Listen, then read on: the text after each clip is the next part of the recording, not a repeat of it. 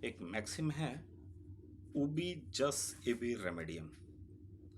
जहाँ legal right है वहाँ लीगल रेमेडी भी है, यानी there is no wrong without remedy. ऐसा जहाँ आपके अधिकारों का हनन है वहाँ उपचार भी है। इसका अर्थ ये है जहाँ जहाँ आपके अधिकारों को छीना गया है वहाँ आपको अदालत द्वारा राहत दी जाएगी। यानी आपका कोई इन्फ्रिंजमेंट का, लीगल राइट का इन्फ्रिंजमेंट हुआ है, आपको लॉस हुआ है, तो आपको डैमेजेस मिलेंगे। आपको लगता नहीं इंजूरिया साइन डैमनम ही है ये? जी हाँ, इंजूरिया साइन डैमनम का एक्सटेंशन है ये, ध्यान रखें।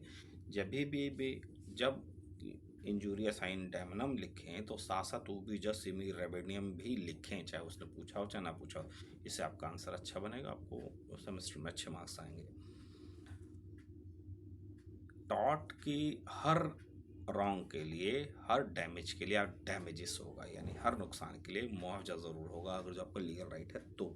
यानी इंजूरिया साइन डैमनम के साथ उबी जस इबी रेमेडियम को पढ़ना पड़ेगा। इसका एक लीडिंग केस है Vishnudas Sharma versus board of high school and intermediate education, Uttar Pradesh का था ये। एक स्टूडेंट होता है, उसको एग्ज़ाम देने से रोक लिया जाता है।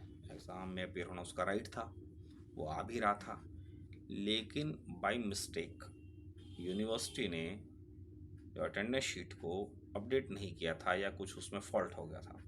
तो उसने कहा भाई ये मेरा फॉल्ट नहीं है, मैं आया हूँ, अटेंडेंस भी ली है और सारी क्लासेस भी अटेंड किया है, तो मुझे देना पड़ेगा। तो मुझे अटेंडेंस, मेरे को एग्ज़ाम में अपीयर होने के लिए करना पड़ेगा। तो अगर जो कोई रेमेडी हुई है, अगर जो कोई इन्फ्रिंजमेंट हुई है, तो मुझे मुआवजा दिया जाए और मुझे अपीयर होने दिया जाए एग्ज़ाम में। तो उस व्यक्ति को मुआवजा मिला क्योंकि रेमेडी थी, उसका एक्चुअल उसका लीगल राइट का वायलेशन हुआ है, तो उसको मुआवजा ज़रूर मिलेगा, उसको रेमेडी ज़रूर मिलेगी। तो ये था, उन्होंने एक प्ली ली कि स्टेट या और स्टेट की बॉडी यानी गवर्नमेंट की बॉडी अपने अधिकारों के लिए कुछ अगले स्तर तक भी जा सकती है। तो अदालत ने प्रेमचंद्र देव वर्सेस स्टेट ऑफ ओडिशा में कहा ऐसा नहीं है, स्टेट इतनी पावरफुल नहीं है, सॉवरेन ज़रूर है, लेकिन किसी के इंडिविजुअल के राइट को बिना किसी वाजिब रीज़न के, कॉजेंट रीज़न के किसी के राइट को इन्फ्रिंज नहीं कर सकती है। अगर उसने इन्फ्रिंज किया है तो रेमेडी बनती है, रेमेडी देनी पड़ेगी। तो याद रखें, टॉट समझने वाला विषय है, जूरिस समझने वाला विषय है, इंटरनेशनल लॉ समझने वाले विषय हैं, इसे रट के काम नहीं चलाया जा सकता है। लेकिन अगर एक बार आपने समझ लिया तो आपको अच्छे मार्क्स आ सकते हैं। आप आगे जुडिशरी में जाएं, लॉ फॉर्म्स में जाएं, तो ये टर्म्स, ये चीज़ें आपको मालूम होनी चाहिए, ताकि आप अपना बेहतर फ्यूचर बना सकें, अपने एलएलबी और एलएलएम अच्छे मार्क्स से पास कर सकें। ऐसी मेरी शुभकामनाएं भी हैं। मेरे इस चैनल से आप जुड़े रहें, आपको बेनिफिट ज़रूर मिलेंगे।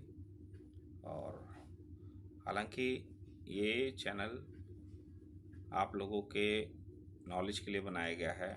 आप मेरे इस चैनल से और जो जुड़े रहेंगे तो आपको पीडीएफ नोट्स भी दिए जाएंगे, आपको समझाया भी जाएगा, कुछ रिकॉर्डेड भी होंगी, कुछ लॉ क्लासेस, कुछ लाइव भी दूंगा मैं। समय आने पर धीरे धीरे डेवलपमेंट होगी अभी। तो आप लोगों का साथ सहयोग बहुत ज़रूरी है। शुक्रिया।